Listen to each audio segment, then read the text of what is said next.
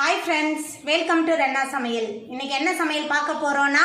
ரொம்ப சுவையான கதம்ப சாம்பார் தான் பார்க்க போறோம் இந்த கதம்ப சாம்பார்ல எல்லா காய்கறியும் சேர்த்திருக்கனால எல்லா காய்கறியோட சத்தும் நமக்கு கிடைக்கும் குழந்தைகளும் இந்த கதம்ப சாம்பாரை ரொம்ப விரும்பி சாப்பிடுவாங்க எளிமையான முறையில செய்யக்கூடிய இந்த கதம்ப சாம்பாரை ரொம்ப சுவையா எப்படி செய்யறதுன்னு வாங்க பார்த்தறலாம் கதம்ப சாம்பார் பண்றதுக்கு முதல்ல எண்ணெய் சேர்த்திரலாம் 3 டேபிள்ஸ்பூன் எண்ணெய் சேர்க்கறேன் எண்ணெய் சூடாய் வரட்டும் எண்ணெய் சூடாய் வந்துட்டு இதில் 1 டேபிள்ஸ்பூன் கடுகு சேர்த்துடலாம் கடுகு சேர்த்து கடுகு நல்லா பொரிய ஆரம்பிச்சிருச்சு கொஞ்சமாக கருவேப்பிலை சேர்த்துக்கலாம் அதுக்கப்புறமா 10 சின்ன வெங்காயம் உரித்து வச்சுருக்கேன் சின்ன வெங்காயம் சேர்த்துடலாம் அதுக்கப்புறமா ஒரே ஒரு தக்காளி பழம் எல்லாத்தையும் சேர்த்துட்டு நல்லா வதக்கிடலாம் நம்ம சேர்த்த வெங்காயம் தக்காளிலாம் நல்லா வதங்கி வந்துருச்சு இப்போ இதில் காயெல்லாம் சேர்த்துடலாம் நான் 2 முருங்கைக்காய் ஒரு உருளைக்கிழங்கு 2 கத்திரிக்காய் எடுத்திருக்கேன் இப்போ காய் சேர்த்துடலாம் காயை சேர்த்துட்டு இந்த எண்ணெயிலே கொஞ்சம் நேரத்துக்கு நல்லா வதக்கிடலாம் இந்த காய் தான் சேர்க்கணும்னு இல்லை உங்களுக்கு பிடித்த எந்த காய் வேணாலும் சேர்த்துக்கலாம் ரொம்ப சுவையாக இருக்கும் இந்த கதம்ப சாம்பார் எண்ணெயிலேயே நம்ம வதக்கி செய்யும்போது சாம்பாரோட சுவை ரொம்ப அதிகமாக இருக்கும் நல்லா வதக்கிடலாம்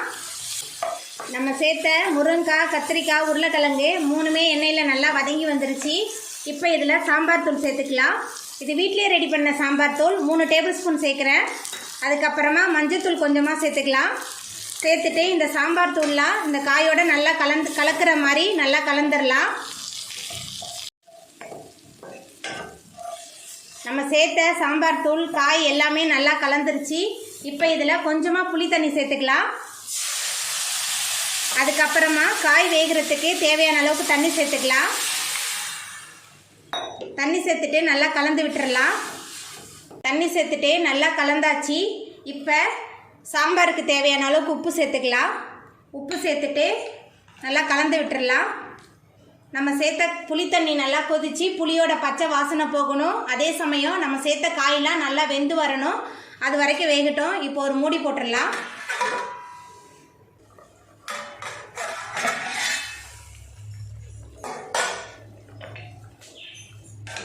நம்ம சேர்த்த காயெல்லாம் நல்லா வெந்து வந்துருச்சு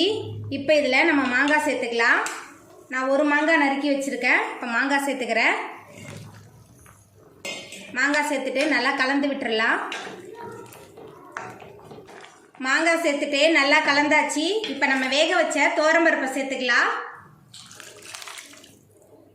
துவரம்பருப்பை சேர்த்துட்டு நல்லா கலந்து விட்டுறலாம் நம்ம சேர்த்த மாங்காய் துவரம்பருப்பு ரெண்டுமே நல்லா கலந்து கொதிச்சு வரணும் அது வரைக்கும் நல்லா கொதிக்கிட்டோம்